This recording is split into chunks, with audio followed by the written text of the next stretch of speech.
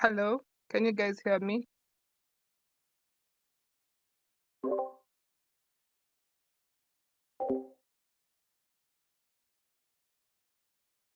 Thank you. Can you go to the second slide? We can just start with what is digital fashion? So generally, digital fashion is just fashion in the digital realm, fashion in the virtual realm. So like what you wear or how you look or your aesthetic um, taken to the digital realm, created there, either in 2D using imagery, someone drew it using digital tools, create and the other ones, and or somebody modeled it in 3D. So that's just basically virtual fashion. Go to the next.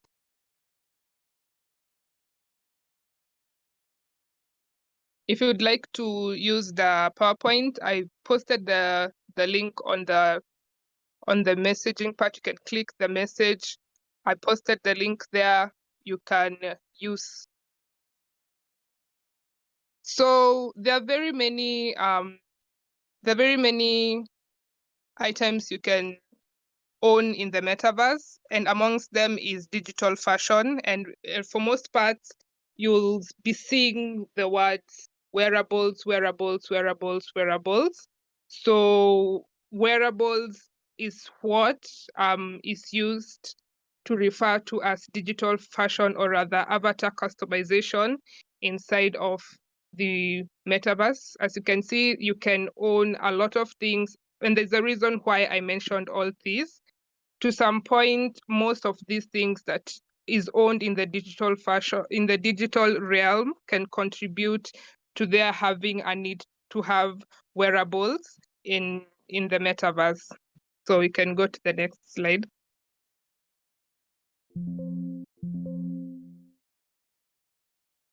This is just an introduction. It doesn't really have much to say.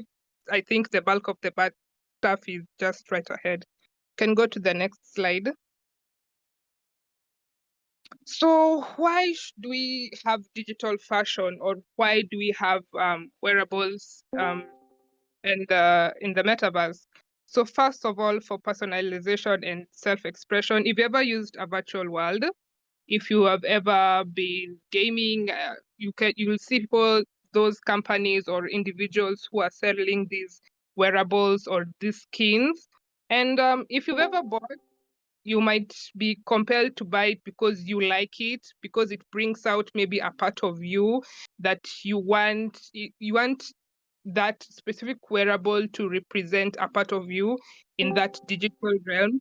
The same way as when you're dressing, you when you go to dress after maybe you've bathed or you just want to go somewhere, so you pick the items that suits you, just shows who you are, or is a way of self-expression. So it's the same as identity and presence. When you've been in the virtual realm for long, maybe you've met with people, you've interacted with people, or there's a certain way that you want people to perceive you in this virtual realm that might not be the same as here in the world. So in the physical world, so to you might want to purchase a wearable or create your own wearable. So that trickles down to what I've just said, social interaction. For social interaction, we can also add to the fact that maybe you are a part of a club and you want to participate in certain activities inside of the metaverses, like concerts, meetups. Maybe you work in the metaverse and maybe there's a certain wearable that you're supposed to wear. So also it trickles down to that social interaction within the metaverse can affect how you wear. It's just even the same as in the physical realm. You might dress up differently to go to different places, so maybe people can perceive you, or maybe you can look nice for where you're going to, or as a way of just self-expression. Another reason is economic opportunities. So if you know how to create wearables, you can set them up in the marketplace. A lot of metaverses have a marketplace where you can upload your wearables and sell them. Another way is through a contract. You can get people who will um, who will give you a contract to create wearables for them. That is another way you can earn using wearables. Um, Another way is marketing. We have seen big companies like Gucci, Dolce, Dolce Gabbana, so many big um, H&M, um, all these big companies use the metaverse as a way to market um, their wearables and also to create their own wearables within the metaverse to sell. So even you as an individual, if you have your own brand, if you want your brand to be established in the metaverse as another way to attract customers to the physical shop, and if you have a clothing brand, wearables is the way to go. So for gaming and entertaining, just like I said, if you can like a certain wearable, you'll just buy it for the sake of you like it and you want to have something that you like. For digital ownership, as I said on the previous slide, there are very many items that you can own in the metaverse. One of them, as I said, is wearables. That is an asset in the digital realm. So if you own a wearable in the digital realm, you already have digital ownership to an entity, which is the wearable. So marketing and branding promotion, as I said, on the economic opportunities, people hire, these companies hire and employ people to create copies of the clothes that they have.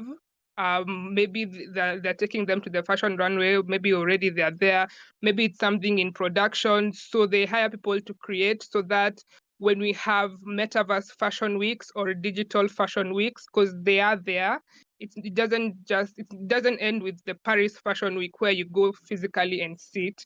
You can also go to the metaverse, depending on which metaverse it is, and you know, watch wearables fashion week. They're usually called digital fashion weeks. So you can go and watch. I know if you can go somewhere like Eventbrite, you can book for a digital fashion week. It does cost money from I think $50 to even up to more than $200 to go and discuss and view the digital fashion that is being displayed there. So marketing and brand promotion, if you have your own line, you can use environmental sustainability. So for wearables, if you have a concept of certain fashion that you want to create, and you want to see the responsiveness towards your fashion in the metaverse, with people before you actually create them, you can use the metaverse or just digital fashion on its own. Create your model, create their clothing, and then display it out for people to give you comments instead of creating a whole line or clothing and then it doesn't receive those responses. And the best part about using wearables for this is that you don't have to discard clothes. You can just customize the model that you have sculpted, or you can customize the clothing that you've designed and created on the digital realm for different body shapes. So instead of throwing out clothes, you can do that. So for environmental sustainability too, and also there's a problem with fast fashion. People want to own the latest things fast. So wearables is another way of people, feeling that need of, instead of having clothes filling landfills, you can have clothes on your digital, on your wallet. Yeah. So let's go to the next slide.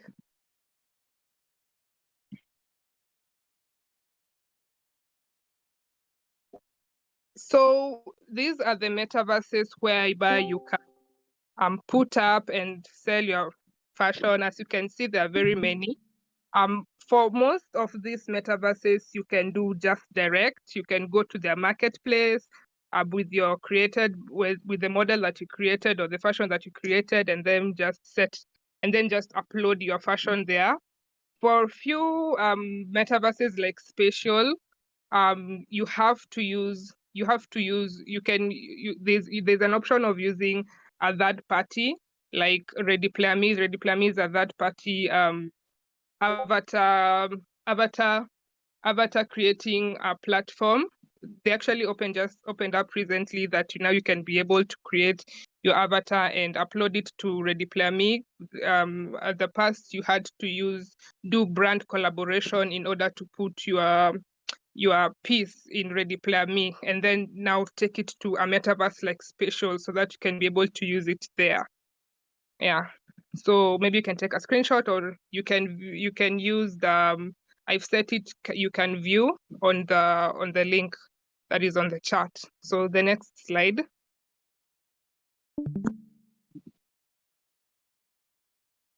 So how to go about creating digital fashion? As you can see, it's quite a process. You just don't go heading into creating digital fashion, especially inside the metaverse, because these metaverses are different, created with different technologies, have different needs. When that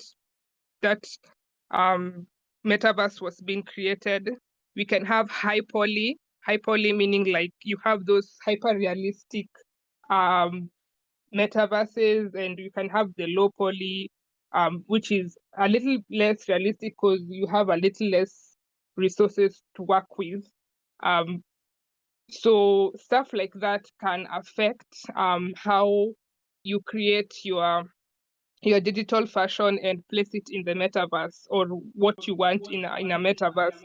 So the first step is doing your research and finding the suitable platform. So let's say you are already a fashion designer, and you want to translate your fashion designs to the di- to a metaverse.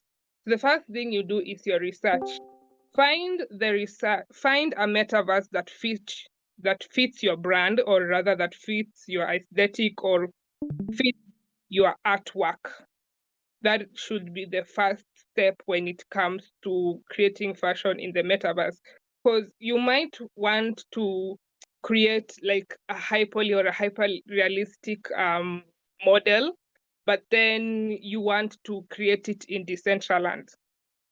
um uh, you can go to the next two slides. We'll show them the graphics for Decentraland, and you'll see how it looks like. Hello, go to the next two slides. Yeah, as you can see on the left, we have a hyperrealistic uh, wearable, but you want to create this, but you want to put it in a metaverse where the the entities look like this. Obviously, it can't come out this other way. So that is why number one is, you can go back. That is why number one is doing your research. You have to do your research. You find which metaverse is suitable for you. Number one is suitable for your art. And if you're willing to change your art, that's good. If you're not willing to change your art, you'll have to find a metaverse that suits your art. Yeah. So that is number one, and heavy emphasis on doing your research. Another thing that is number two, reading the documentation. Reading the documentation, I put it aside, but it's actually also part of the research. After maybe you've chosen the metaverse that you want to create with, or you want to do your research on a certain metaverse, kindly go to the actually, it's not even kindly, it is a must. It is a must you read the documentation. On the documentation, if you can create, there's no place. That one is just playing. can go back. On the documentation, if you can create and upload wearables on a certain metaverse, they will obviously have a place in which to tell you how you can do it, or what they allow and what they disallow based on that specific metaverse, or how they've created that specific metaverse. So they will obviously have a documentation, and in the documentation there's going to be a place showing you how you're going to create those wearables. I'm going to give you an example why it is important. Example using Decentraland. Decentraland, you've seen it's the low poly graphics. You can only if a bit you can understand the technical side. You can only do, maybe if you're creating a shirt, the top part of someone, you can only do 3,000 polygons. Maybe you have gone and done something high poly and it's giving you 500,000 polygons. You see how, if you did not read the documentation, that like, how are you going to reduce those polygons from 500,000 to 300,000? You cannot.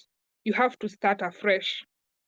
You have to now sculpt a new shirt afresh. And you could have avoided wasting all that time if you actually went through the documentation and you found out the needs of that specific metaverse, or what that specific metaverse takes, especially if they have a committee to look into your creation. You see, another example I'm going to give you is, for example, the texture. So maybe a texture, when the texture is like what you can see, what the colors or the pictures on your piece of clothing. That is like the texture bit. Or on your wearable, that is the texture bit, what is used to decorate the wearable. You can find out, maybe they're telling you you can only use 960p for the texture part. And now you have gone to take 2164p. You see how you are going to waste time going backwards. So that is why it is important to read the documentation. You can even pick a metaverse that doesn't allow you to upload your wearables there, and then you will have wasted all your time. It is also important to read the documentation so that you can know which tool is suitable.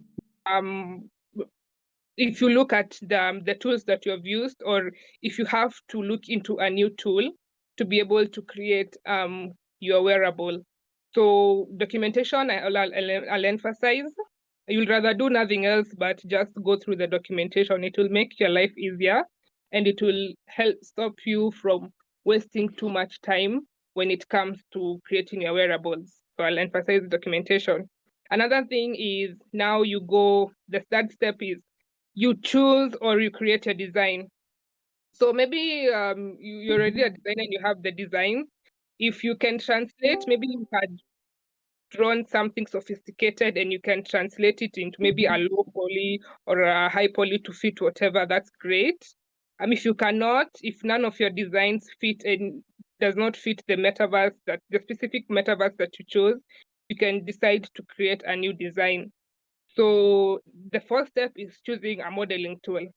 So there are very many different types of modeling tools that you can use. You can just go to the second step, to the second slide after this.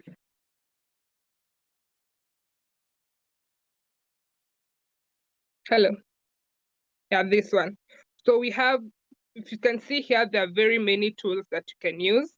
And each tool serves different purposes. Some have all in one.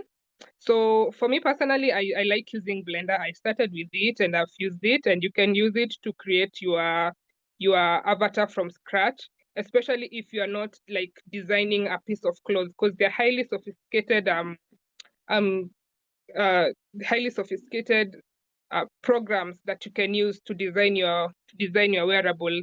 The one I'm talking about, actually put it here. It's called Marvelous Designer. That is for people who do game design, and Cloth 3D for people who do virtual design or fashion design. So for this application, it will be actually like you are in the shop or you are wherever you are cutting your material, drawing the pattern of your material, all that.